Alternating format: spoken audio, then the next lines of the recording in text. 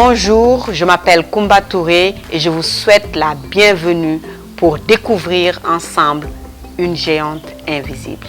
Géante invisible, c'est quoi? Ce sont des femmes ordinaires, mais elles sont extraordinaires parce qu'elles donnent, elles partagent leurs connaissances, leurs capacités, leurs ressources avec leur communauté. Nous allons en découvrir une tout de suite. Abonnez-vous à la chaîne pour ne pas en rater d'autres.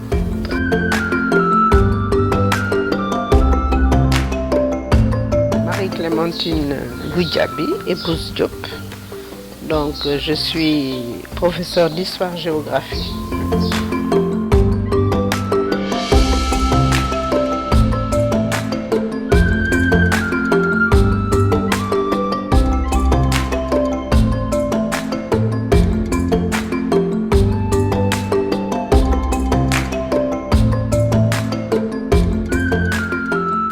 Si je me suis vraiment engagée comme encore dans la promotion de la femme, comme encore c'est tout simplement parce que je crois en la femme et je pense qu'en tant que femme,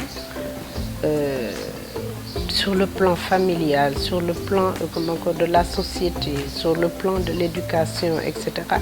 Donc le plan de la famille, nous sommes vraiment le fondement, nous sommes la base. Et ça, il faut que les femmes en soient conscientes. Parce que, comme encore, bon, l'homme, enfin, il est plus cartésien. Par contre, nous, comme encore, nous avons une intuition. On a ce que le pape dit, le génie féminin, qui fait que, comme encore, on est plus proche des gens. Donc, cette miséricorde dont on parle, mais la femme, elle est entièrement miséricordieuse. Donc, elle sait donner.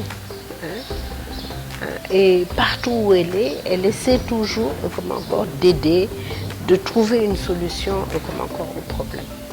Quand on voit, comme encore, certaines femmes dans leur ménage, mais elles ont des problèmes, comme encore, énormes, mais, comme encore, elles ont une résilience qui fait que, bon, elles essaient toujours, comme encore, de sortir, comme encore, leur famille, comme encore, de certaines situations.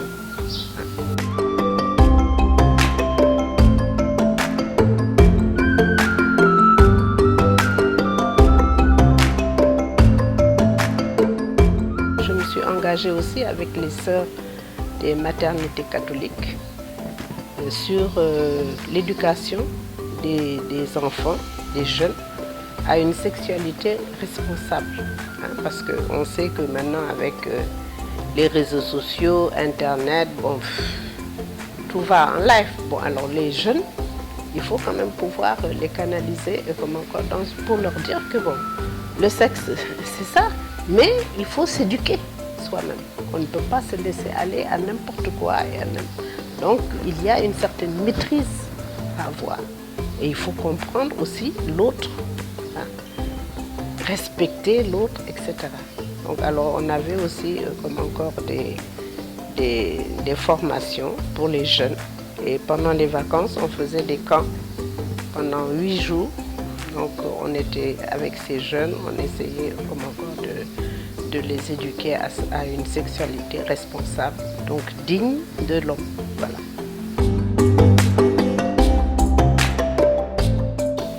Mais c'est surtout sur l'éducation des femmes. Parce qu'on a fait beaucoup de choses. On a eu par exemple le premier thème qu'on a fait, sur lequel on a essayé de discuter pour amener les femmes à réfléchir. Donc c'est comme encore libérons-nous des pesanteurs sociales culturelles. Bon, parce que vous avez le veuvage qui est lourd. Bon, par exemple, chez les chrétiennes, bon, c'était 2 ans de veuvage. La femme était en noir pendant 2 ans. Bon, on a essayé de réduire ce veuvage. On l'a réduit à 6 mois. Bon, tout ce qui va autour aussi, tous les bains mystiques, des machins, tout ça. Bon, on a discuté de tout ça pour essayer d'alléger comme encore le fardeau de veuvage pour la femme.